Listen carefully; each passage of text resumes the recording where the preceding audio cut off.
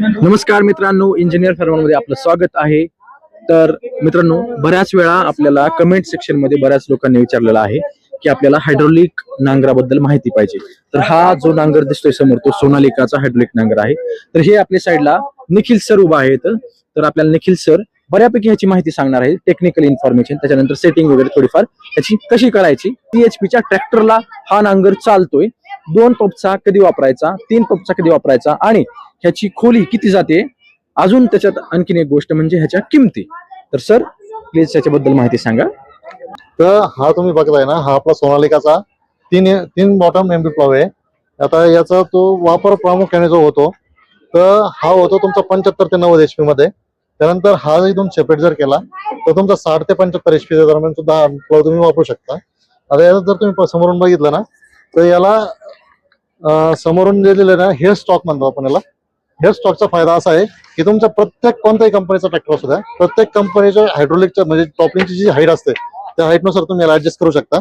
याचा फायदा असा आहे की जे नांगराला झटके बसतात, बऱ्याच वेळेस काय होतं की नांगर गुंततो, अटकतो, त्यावेळेस झटके जे बसतात त्याच्यामुळे बऱ्याच वेळेस टॉपलिंग बेंड होणं किंवा नांगर बेंड होणं हे जे प्रॉब्लेम येतात हे तुम्हाला याच्यात आढळणार नाही.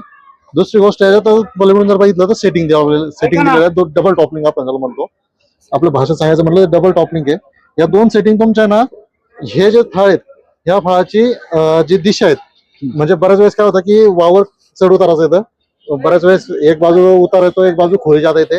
त्यावेळेस ज्यावेळेस आपण नांगराची पलटी मारतो, ती पलटी मारताना काय होतं की पूर्ण प्रॉपर येत नाही किंवा आपण म्हणतो ना की माती एक साईडला जादा जाते, एक साईड पडतच नाही. त्यावेळेस तुम्ही त्याची सेटिंग करून या 2 फळामधलं अंतर आहे ते कमी अधिक जादा करू शकता. हा एक तुम्हाला त्याचा बेनिफिट होतो.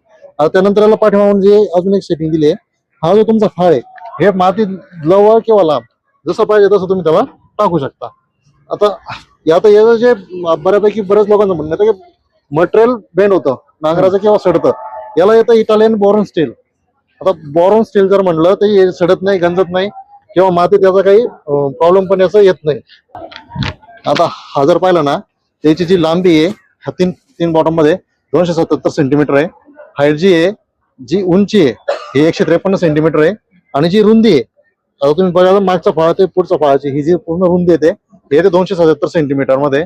आता याचा बेनिफिट असा आहे की ज्यावेळेस नांगर चालतो त्यावेळेस तो तिन्ही फळ एकसारखे चालवता येतो.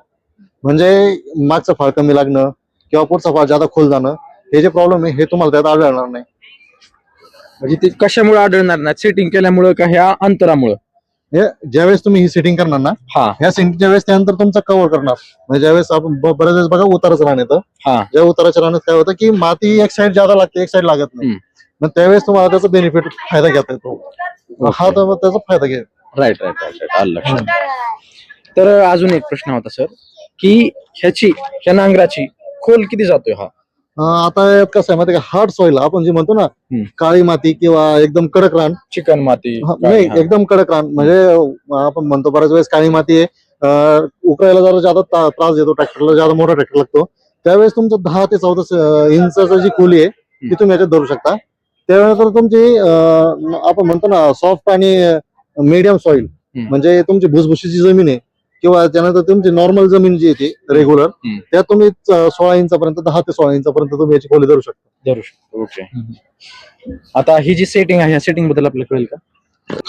आता तुम्ही जर पाहिलं ना याला 2 टॉपलिंग जे दिलाय, ही बाहेरची जी टॉपलिंग आहे ना हे तुमचं जे फ्रंटचे हे जी रुंदी आहे, म्हणजे तुम्ही जेव्हा आपण बऱ्यापैकी चालवतो किंवा आपण काय म्हणतो की हे अंतर जवळ नको आहे तर ते अंतर वाढवता येतं, त्यासाठी तुम्हाला पहिला जी टॉपलिंग आहे त्यासाठी त्याचा वापर होतो.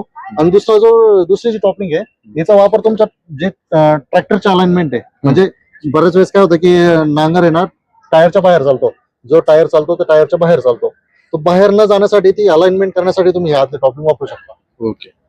आणि आता ह्या नांगराची मेंटेनन्सची म्हणजे त्याच्यात काळजी काय घ्यायची आपण की बाबा हा जास्त दिवस चालावा, म्हणजे जसं की हायड्रोलिक ऑइल लावणं किंवा ह्याला ग्रीसिंग करणं, ते एक सांगा जरा. आता याच्यात तुम्ही पाहिलं ना इथं 2 पिन दिलेल्या आहेत, बुश आणि पिन आहेत. या तुम्हाला वारंवार ग्रीसिंग करणं गरजेचं आहे, कारण हे जर जाम जर झालं किंवा जर ग्रीस नाही केलं तर तुमचं सेटिंग होणार नाही.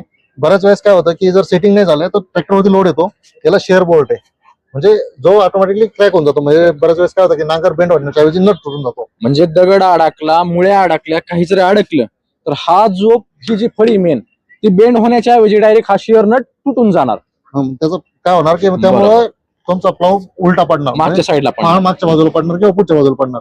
त्यामुळे तुम्हाला ते मेंटेन करणं गरजेचंच पडणार. त्याच्यानंतर दुरुस्त करणे म्हणजे काय तर त्याला उभा करायचं आणि फक्त तेवढा एक बोल्ट टाकून द्यायचं बस, सिंपल. त्यानंतर अजून याच्यात आणखी एक सेटिंग असते की बऱ्याच वेळेस काय होतं की आपण प्लाव तर लावतोय पण हे जे इथं बघा तुम्ही ऍडजस्टर आहेत, दोन ऍडजस्ट पोर्ट आहेत इथे आहेत. या बाजूला चांगलं दिसेल, या बाजूने पण आहेत, या बाजूने पण दिसतील. हे जे तुमची सेटिंग आहे ना या पंपाची सेटिंग तुम्ही इथून ऍडजस्ट करू शकता. याचा ऍडजस्टमेंटचा तुम्हाला असं बेनिफिट होतो बऱ्याच वेळेस की ज्यावेळेस तुम्ही नांगर पलटी मारता की थोडासा तिरका पडतो, एक बाजू तिरका पडतो किंवा एक बाजू पूर्णपणे खाली जातोय, तर त्यावेळेस तुम्ही याची सेटिंग लावून तुम्ही त्याला स्थिर करू शकता एकसारखा एक समान ह्याच्याने सेटिंग लावायची. हो चालतंय. बरं आणि दुसरी गोष्ट ह्याचं बेनिफिट काय आहे तर आपल्याला हाताला वगैरे ताण होत नाही कारण की ते हायड्रोलिकली ऑपरेट होत. आणि दुसरा सगळ्यात मोठा बेनिफिट असा आहे समजा 30% इंधन वाचवतो ट्रॅक्टर. त्यानंतर दुसरी गोष्ट बोरॉन स्टील असल्यामुळे मेंटेनन्स एकदम कमी आहे, म्हणजे नाही जरी म्हटलं तरी चालेल. त्यानंतर दुसरा असा बेनिफिट तुम्हाला होतो की आता बऱ्याच वेळेस आपण ज्यावेळेस ट्रॅक्टर नांगर चालवताना काय होतं की आपला जर रेग्युलर नांगर असेल तर त्याला पहार म्हणतो आपण, जिथं येते त्याच्याऐवजी आपण इथं प्लेट लावलेली आहेत. या प्लेटचा बेनिफिट असा की ही उघडत नाही, लवकर खराब होत नाही आणि बदलण्यासाठी एकदम सोपी.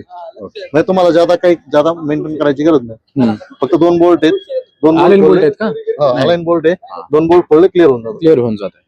आणि आता बऱ्यापैकी शेतकऱ्यांचं काय म्हणणं असतं की काम आहे कामाची जी रुंदी आहे ती आपण बघतो आपण इंचानुसार मोजतो. बऱ्यापैकी बरेचसे लोक इंचानुसार मोजतात, आपण ती नाही सेंटीमीटर मध्ये मोजतो. आता याच्यात काय होतं माहितीये का 91 सेंटीमीटर पर्यंत तुमची कामाची जी म्हणजे हा भाग ते मागच्या प्लावचा जो भाग आहे म्हणजे आपण जी नाली म्हणतो किंवा सरी म्हणतो जे की नांगरताना जे रान कव्हर केलं जातंय एका ट्रिप मध्ये म्हणायचं हो एका गरक्यामध्ये किंवा एका राऊंड मध्ये ते कव्हरेज तुमचं 91 सेंटीमीटर आहे.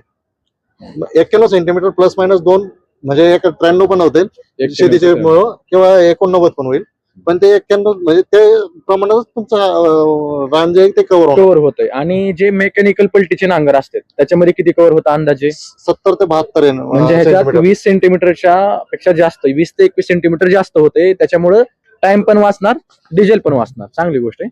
अजून त्यानंतर जर बघितलं तर आता बऱ्यापैकी 3 फार्म म्हणल्यानंतर बरेचसे लोक म्हणतात की वजन नांगराचं वजन किती असणार. तर या नांगराचं वजन मिनिमम म्हणजे 560 किलो आपण कंपनीचे सांगतो ते 560 केजी आहे. मग अप्रॉक्सिमेट 550 पेक्षा 10 किलो कमी अधिक जादा होऊ शकतो ते. ओके.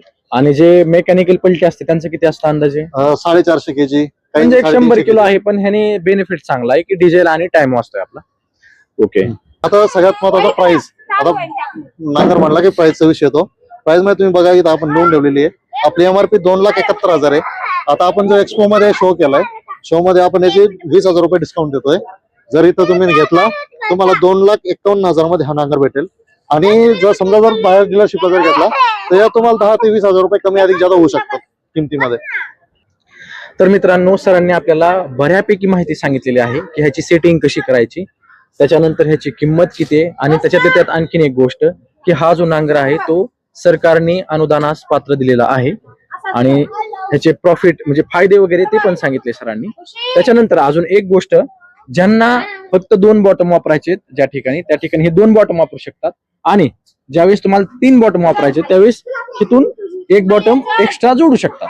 तर इथं अरेंजमेंट त्याची पण दिलेली आहे. सरांनी ही पूर्ण माहिती दिल्याबद्दल त्यांचं धन्यवाद. आणि जर आपल्याला व्हिडिओ आवडला असेल तर व्हिडिओला लाईक करा.